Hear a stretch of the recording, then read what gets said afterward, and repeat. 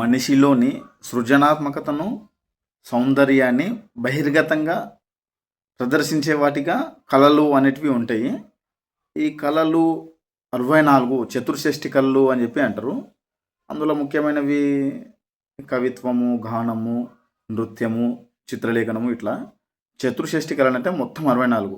ఆ యొక్క 64 కళలు ఈ యొక్క పేర్లను ఇప్పుడు మనం తెలుసుకుందాం.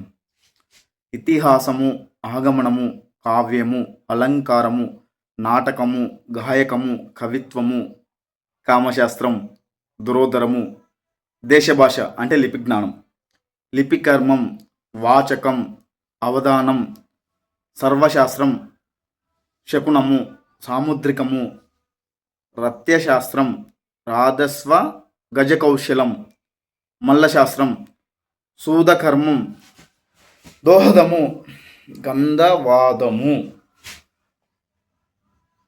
ధాతువాదము, ఖనివాదము, రసవాదము, జలవాదము, అగ్నిస్తంభము, ఖడ్గస్తంభము, వాక్స్తంభము, వాయుస్తంభము,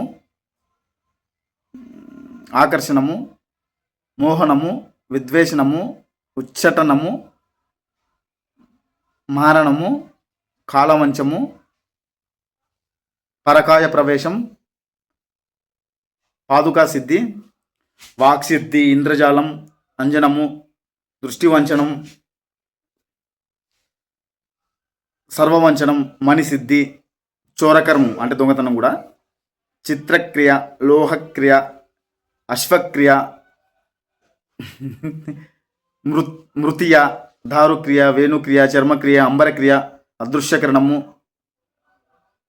వాణిజ్యం అంటే వ్యాపారం, పాశుపల్యము, కృషి, అసవకర్మం, ప్రాణిదూత్య కౌశలం, జలస్తంభం, మంత్రసిద్ధి, ఔషధ స్థిద్ధి, ఇంకేదో ఈ వశ్యము.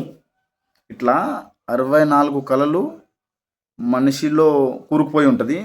ప్రతి ఒక్కరి మనిషిలో కూడా ఈ 64లో ఏదో ఒక కళ ఖచ్చితంగా ఇమిడి ఉండే ఉంటుంది. మీ లోపల ఉన్నటువంటి కళ ఏదో మీరు తెలుసుకొని దాన్ని బహిర్గతపరిచే ప్రయత్నం చేయండి.